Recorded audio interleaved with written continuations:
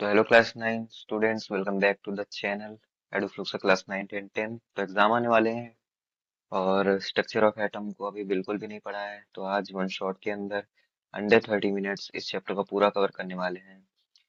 ये नोट्स जो है वो पूरी एनसीईआरटी बेस्ड है। एनसीईआरटी का कोई भी टॉपिक मिस नहीं है, सारी की सारी थ्योरी इसमें है।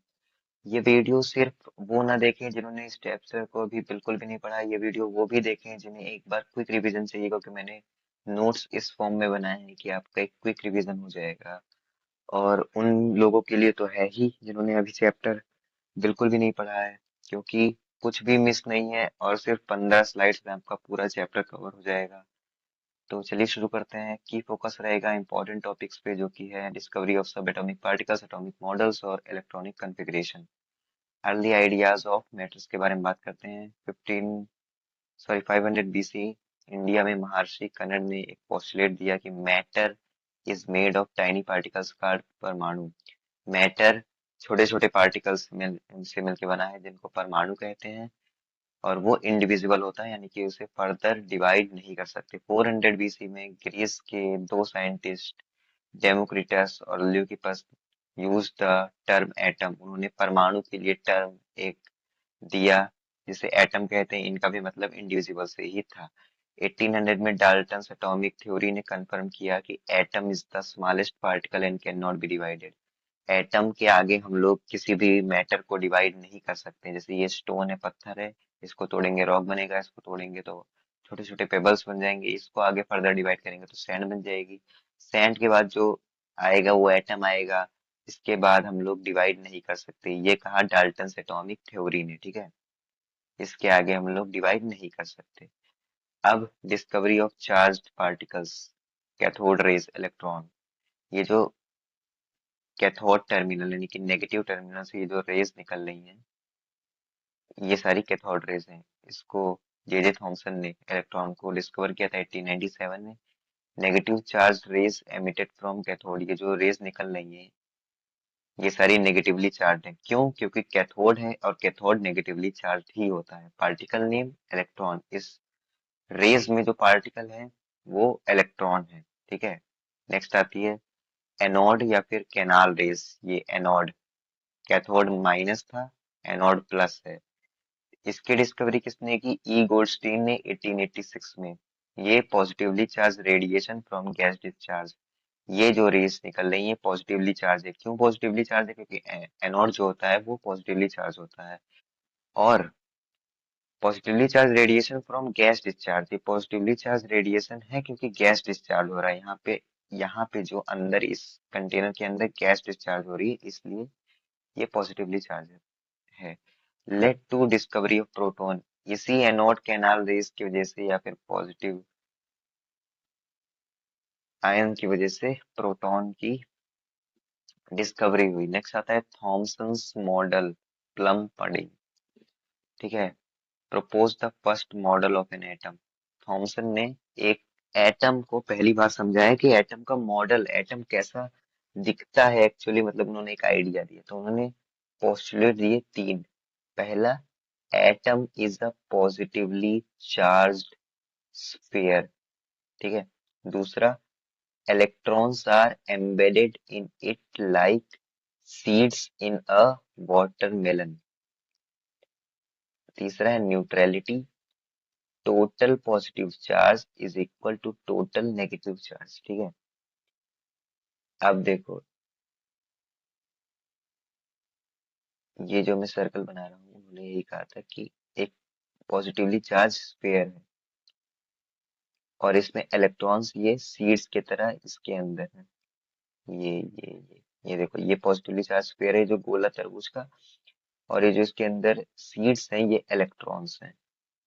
जो सीड्स हैं ये इलेक्ट्रॉन्स है। ऐसे ये बिस्किट में देखो, ये जो बाहर है गोल सा, ये एटम है, पॉजिटिव स्फीयर है। और ये जो अंदर है ये सीड्स, यहाँ पे सीड्स बोला गया मतलब एग्जांपल के लिए, लेकिन वो हैं इलेक्ट्रॉन्स, ठीक है। अब इसका एक ड्रॉबैक था, इनसे एक गलती हुई। Failed to explain Rutherford's scattering experiment. ये जो इनका थॉमसन मॉडल था, जिन्होंने बताया कि एटम एक्चुअली में कैसा दिखता है, मतलब उन्होंने एक रफ आइडिया दिया, लेकिन ये फेल हो गया रदरफोर्ड के स्कैटरिंग एक्सपेरिमेंट को एक्सप्लेन करने में। रदरफोर्ड का अल्फा स्कैटरिंग एक्सपेरिमेंट था क्या? तो इन्होंने सेटअप देखो, bombarded a very thin gold foil 1000 atom thick with fast moving alpha particles. इन्होंने एक नीचे, ये जो नीचे यहाँ पे एक गोल्ड फॉइल की शीट बिछा दी, ठीक है। तो ये जो गोल गोल दिख रहा है आपको, ये सारे, अगर गोल्ड फॉइल है तो गोल्ड के एटम्स होंगे, तो ये सारे गोल्ड के एटम्स ही हैं। What are alpha particles? Alpha particles का doubly charge helium ions He2+ इनका मास 4 ही होता है। तो ऑब्जर्वेशन क्या हुआ, जब इधर से अल्फा पार्टिकल्स जाएंगे तो कुछ तो सीधे चले जाते हैं, ये देखो, कुछ सीधे चले गए, कुछ हल्के से डिफ्लेक्ट हो गई। देखो ये वाला यहाँ चला गया, ये वाला यहाँ चला गया, थोड़ा मतलब सीधा गया, ये वाला सीधा गया, और कुछ तो एकदम से पूरा 180 डिग्री घूम जाएंगे। तो वही इन्होंने यहाँ पे बताया, मोस्ट अल्फा पार्टिकल्स पास स्ट्रेट, ठीक है, 99%। ये देखो ये वाले, ये वाले सारे सीधे सीधे चले गए। कुछ डिफ्लेक्ट हो गए बाय स्मॉल एंगल, जैसे कि ये वाला जो यहाँ पे डिफ्लेक्ट हुआ है, ये डिफ्लेक्ट हुआ है, ये स्मॉल एंगल से डिफ्लेक्ट हुआ है। और very few, 1 in 12,000 rebound back 180 degree. इन सारों में से बहुत कम होते हैं जो पूरे 180 डिग्री वापस आ जाते हैं। रदरफोर्ड का कंक्लूजन क्या निकला और उनका मॉडल क्या था? कंक्लूजन ये इनका निकला कि most space inside the atom is empty.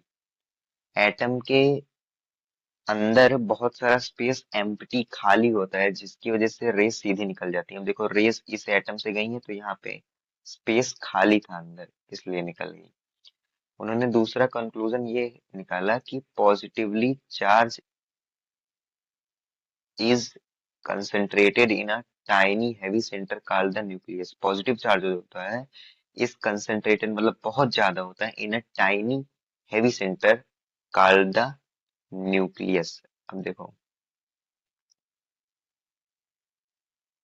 ये पॉजिटिव चार्ज है, ये बहुत होंगे। अब जब ये कंसेंट्रेट हो जाएंगे तो वो उसी को कहते हैं heavy centre called nucleus. Positive charge is concentrated in a tiny heavy centre. Tiny heavy centre मतलब ये देखो ये सेंटर है, यहाँ पे पॉजिटिव चार्ज बहुत जब कंसेंट्रेट हो जाएंगे तो उसी को न्यूक्लियस कहते हैं। तीसरा कंक्लूजन उन्होंने ये देखा कि न्यूक्लियस साइज जो होगा वो बहुत छोटा होगा, 10⁻⁻5 times the radius of atom. अगर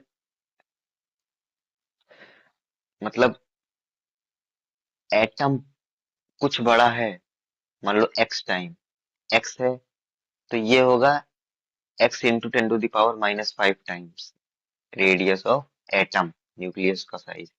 ये देखो ये छोटा सा न्यूक्लियस और ये जो बड़ा सा स्टेडियम दिख रहा है ये एटम है, ठीक है। प्लेनेटरी मॉडल क्या कहता है, न्यूक्लियस सेंटर में होगा, इलेक्ट्रॉन्स इसके चारों तरफ घूमेंगे सर्कुलर पाथ में, जैसा कि यहाँ बताया है, ठीक है। ये देखो न्यूक्लियन, सॉरी न्यूक्लियस बीच में है, और ये इलेक्ट्रॉन्स इसके चारों तरफ गोले लगा रहे हैं, ठीक है। रदरफोर्ड से भी कुछ गलतियां हुई भैया। मैक्सवेल की थ्योरी ये कहती है कि any charge particles undergoing acceleration या फिर circular motion will radiate energy. Maxwell की थ्योरी ने ये कहा कि अगर कोई भी चार्ज पार्टिकल, यहाँ पे इलेक्ट्रॉन की बात हो रही है, तो इलेक्ट्रॉन को मान लेते हैं कि अगर वो एक्सेलरेशन या फिर सर्कुलर मोशन, अगर गोल गोल यहाँ पे घूम रहा है, तो वो एनर्जी, कुछ ना कुछ एनर्जी रेडिएट करेगा, ठीक है। फ्लॉज क्या थे? द फ्लॉ, फ्लॉ मतलब झूठ या फिर अधूरी बातें, ठीक है। Electron radiate energy, energy decreases. अगर यहाँ पे कहा था रेडिएट एनर्जी करेगा, तो अगर एनर्जी रेडिएट करता है तो एनर्जी कम हो जाएगी। ये एक अधूरी या फिर गलत बात है। Electron path swings spirals inwards. यहाँ पे एक गलत बात ये भी थी कि अगर एनर्जी डिक्रीज होगी यहाँ पे, तो ये डिक्रीज होने के बाद ऐसे अंदर अंदर गोले, अंदर अंदर अंदर अंदर आते जाएंगे, ऐसे अंदर अंदर आते जाएंगे, और ये न्यूक्लियस के पास पहुंचेंगे और ये कोलैप्स करके ब्लास्ट हो जाएगा, ठीक है। क्योंकि ये माइनस था, इलेक्ट्रॉन माइनस था, न्यूक्लियस प्लस था, दोनों कोलैप्स करके ब्लास्ट हो जाएंगे। वही यहाँ पे लिखा है इलेक्ट्रॉन का पाथ कम हो जाएगा, अंदर की तरफ आने लगेंगे, न्यूक्लियस के पास आने लगेंगे और कोलैप्स कर जाएंगे, न्यूक्लियस के अंदर गिर के कोलैप्स कर जाएंगे और अनस्टेबल हो जाएगा। लेकिन ये गलत है। रियलिटी तो ये है कि एटम्स आर स्टेबल, और रुदरफोर्ड यही चीज एक्सप्लेन नहीं कर पाए, इसलिए ये इनका जो मॉडल था ये फेल कर गया। ठीक है, फेल नहीं कर गया ये नहीं कहेंगे, मतलब एक ड्रॉबैक आ गया इसका। अब एक और साइंटिस्ट आए, बोहर्स मॉडल ऑफ एटम 1913। उन्होंने एक पोस्टुलेट दिया कि इलेक्ट्रॉन्स रिवॉल्व इन discrete orbits fix shells only. उन्होंने ये कहा कि कुछ नहीं, इलेक्ट्रॉन्स रिवॉल्व करेंगे लेकिन उनका एक फिक्स्ड शेल होगा, ठीक है, डिस्क्रीट ऑर्बिट होगा, एक्सिस फिक्स होगा। दूसरा पोस्टुलेट ये दिया कि while in these orbits electrons do not radiate, और इन ऑर्बिट्स में इलेक्ट्रॉन कोई भी एनर्जी रेडिएट नहीं करेंगे। एनर्जी लेवल्स के बारे में बात करते हैं। एनर्जी लेवल ये कुछ शेल्स है, जो सबसे अंदर वाली के, फिर एल, फिर एम, एन, अंदर सबसे कम होगा एनर्जी, बाहर आते आते सबसे ज्यादा एनर्जी। ठीक है, आगे चलते हैं। Discovery of neutron 1932, James Chadwick ने किया था। प्रॉपर्टीज न्यूट्रॉन की होती हैं, नो चार्ज, इसमें न्यूट्रॉन न्यूट्रॉन में कोई भी चार्ज नहीं होता है, न्यूट्रल होता है। मास इसका लगभग प्रोटॉन के मास के बराबर होता है, इनसाइड द न्यूक्लियस होता है। इलेक्ट्रॉन का सिंबल ये होता है, -1 चार्ज होता है, और लोकेशन ऑर्बिट। प्रोटॉन का सिंबल ये होता है, +1 चार्ज न्यूक्लियस में होता है। न्यूट्रॉन ये सिंबल, चार्ज 0 यानी कि न्यूट्रल, और लोकेशन न्यूक्लियस। ये देखिए, प्रोटॉन भारी होता है न्यूट्रॉन से, प्रोटॉन का चार्ज +1, न्यूट्रॉन का 0। ठीक है, इलेक्ट्रॉनिक कॉन्फ़िगरेशन के बारे में अगर बात करें तो बोहर्स ब्यूरी स्कीम, ये फॉर्मूला है एक very important formula for exam.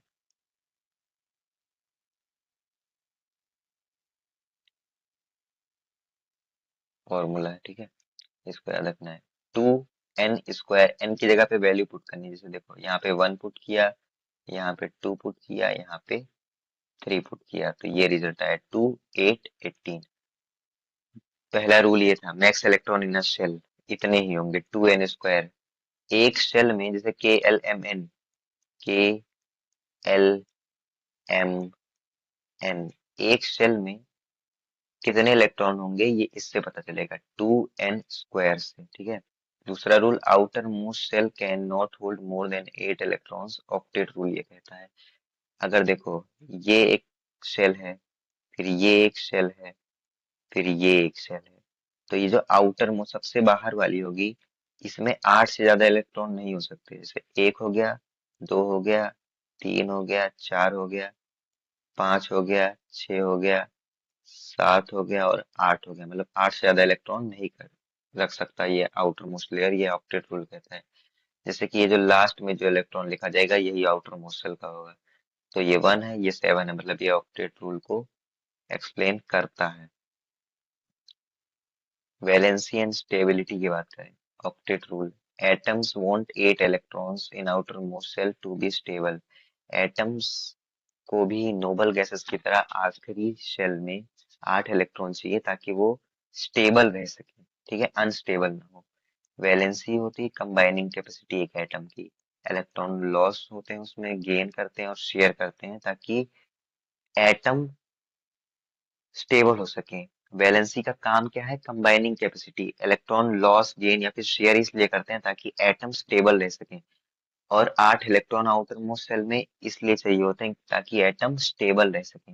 Calculation, valency अगर सॉरी वैलेंस इलेक्ट्रॉन अगर 4 से छोटा है या फिर 4 के बराबर है तो वैलेंस इलेक्ट्रॉन जो होगा वो लूज कर जाएगा। अगर वैलेंस इलेक्ट्रॉन 4 से बड़ा है तो वैलेंसी जो हो जाएगी 8 माइनस वैलेंस इलेक्ट्रॉन, या फिर गेन करेगा। ठीक है, अब देखो ये एक एटम है, ये इसके आउटर मोस्ट शेल में 1, 2, 3, 4, 5, 6, 7, 8 स्टेबल है। ठीक है, स्टेबल है। अब देखो ये है सोडियम, इसकी पहली शेल में 2 इलेक्ट्रॉन, दूसरी में 8, तीसरी में 1। तीसरी में लेकिन जो सबसे बाहर वाली होगी उसमें 8 चाहिए। ठीक है, तो 8, अब इसको 7 अलग ढूंढने से अच्छा है ये अगर ये एक को डोनेट कर दे या फिर दे दे, लूज कर दे, तो ये आखिरी शेल जो बचेगी 8 वाली बचेगी। तो 8 ही हमें चाहिए, तो ये एक को लूज कर देगा तो इसके ऊपर +1 का चार्ज रहेगा। प्लस का चार्ज लूज करेगा तो आप लोग बोलो कि माइनस का चार्ज आना चाहिए, लेकिन लूज करेगा अगर तो +1 का चार्ज इसलिए चाहिए क्योंकि इसने लूज कर दिया ना, तो उसको एक इलेक्ट्रॉन चाहिए। लूज कर दिया ना, उसने दे दिया, तो अगर दे दिया तो उसको चाहिए, लेकिन लेगा नहीं क्योंकि ऑक्टेट रूल को तोड़ देगा अगर ले लेगा तो। लूज करने पे +1 आएगा, गेन करने पे -1 आएगा। दूसरा है देखो 287, तो 7 है, तो इसके 7 में से 6 डोनेट तो करेगा नहीं, तो ये एक ले लेगा, लेने पे -1 का चार्ज आ जाएगा। 28, ये इसकी वैलेंसी 0 हो जाएगी, तो ये फुल है अपने आप में। एटॉमिक नंबर को Z से रिप्रेजेंट करते हैं, मास नंबर को A से रिप्रेजेंट करते हैं। Atomic number Z is equal to number of protons, ठीक है, for neutral atom. Neutral atom है, अगर ना ही उसके ऊपर प्लस का चार्ज है ना ही माइनस का चार्ज है, तो एटॉमिक नंबर प्रोटॉन के बराबर होगा और इलेक्ट्रॉन के बराबर होगा। मास नंबर जिसको ए से रिप्रेजेंट करते हैं वो sum of proton plus neutron, जिसको इंक्लूसिवली न्यूक्लॉन्स कहते हैं। A is equal to P plus N. Notation कुछ ऐसा होता है, जो एलिमेंट होगा उसको एक्स से, ये जो ऊपर वाला होगा मास नंबर, ये जो नीचे वाला होगा ये एटॉमिक नंबर। फॉर्मूला होता है number of neutrons is equal to N, sorry, number of neutrons जिसको एन कहते हैं वो ए माइनस जेड, यानी कि mass number minus atomic number होगा, ठीक है। आइसोटोप्स क्या होते हैं? The twins atoms of same element. जैसे सेम एलिमेंट होगा मतलब ओ के ही आइसोटोप्स, ओ के कई आइसोटोप्स होंगे, ठीक है, जिनका एटॉमिक नंबर सेम होगा, यानी कि जेड सेम होगा, ठीक है, लेकिन मास नंबर अलग होगा। जैसे कि इसका जेड ए हो गया, ये जेड ए डैश हो गया, ठीक है, ये जेड ए नॉट हो गया, ठीक है। अब इसके कुछ यूजेस हैं यहाँ पे जो दिए हुए हैं कि nuclear fuel, cancer treatment, goitre treatment में काम आता है। आइसोबार्स आइसोटोप्स का एकदम उल्टा है। जैसे आइसोटोप्स में था कि एटॉमिक नंबर सेम होगा, एटॉमिक मासेस अलग अलग होंगे। यहाँ पे एटॉमिक मासेस, ठीक है, एटॉमिक मासेस सेम है, एटॉमिक नंबर अलग अलग है। Numbers of different elements with same mass number, carbon 40, argon 40, इनका मास नंबर सेम है। डिफरेंट प्रॉपर्टीज, प्रॉपर्टीज डिफरेंट होगी, मास सेम होगा। Very important topic, fractional atomic mass कैसे निकालेंगे। मान लो एटमॉस्फेयर में क्लोरीन के आइसोटोप्स या फिर आइसोबार्स की बात करें, आइसोबार्स, सॉरी, क्लोरीन 35 जो है ये 75% है, क्लोरीन 37 जो है वो 25% है। तो 35 × 75 ये वाला, और 37 × 25, इन दोनों को आपस में जोड़ देना है, 100 से डिवाइड कर देना, तो 35.5 यानी कि एवरेज एटॉमिक मास आ जाएगा। हर जगह हर बुक में आपको यही दिखता है, इसी तरह से कैलकुलेट करके। चैप्टर की समरी और कुछ फॉर्मूला। न्यूक्लियस रदरफोर्ड ने डिस्कवर किया था, पॉजिटिव हैवी होता है। मॉडल थॉमसन, उन्होंने कहा स्फेयर। रदरफोर्ड ने प्लेनेटरी, बोहर ने डिस्क्रीट सेल वाला मॉडल दिया। की फॉर्मूलाज, मैक्स इलेक्ट्रॉन के लिए 2n², न्यूट्रॉन्स के लिए ए माइनस जेड यानी मास number minus atomic number, valency के लिए वैलेंस इलेक्ट्रॉन अगर 4 से छोटा है, या फिर 8 माइनस इलेक्ट्रॉन अगर 4 से बड़ा है। पहले 20 एलिमेंट्स याद करने के निमोनिक है। हाय हेलो लिटिल, भोले बच्चों, बहुत ही कॉमन है, आपने पहले भी सुना होगा। तो मैं एक बार फिर से रिपीट कर देता हूँ। पहली बार चैप्टर खत्म, सारी चीजें इसमें कवर हो गई। जिसने कुछ नहीं पढ़ा वो सिर्फ इसे पढ़ सकता है, एक बार एनसीईआरटी को पढ़ सकता है, उसका पूरा चैप्टर अच्छे से कवर हो जाएगा। अगर आपको नोट्स चाहिए कमेंट करो, नीचे नोट्स मिल जाएंगे। अगर आपको किसी भी क्लास 9, 10th, 11th, 12th किसी भी क्लास में हो, सैंपल पेपर चाहिए किसी भी चैप्टर का, most important question, board exam के लिए most important question, P by Q किसी भी साल के चाहिए, कमेंट करो, मिलेंगी सारी चीजें, ठीक है। और फालतू पैसा बुक पे खर्च करने की जरूरत नहीं है, सारी चीजें प्रोवाइड होंगी यहीं पर।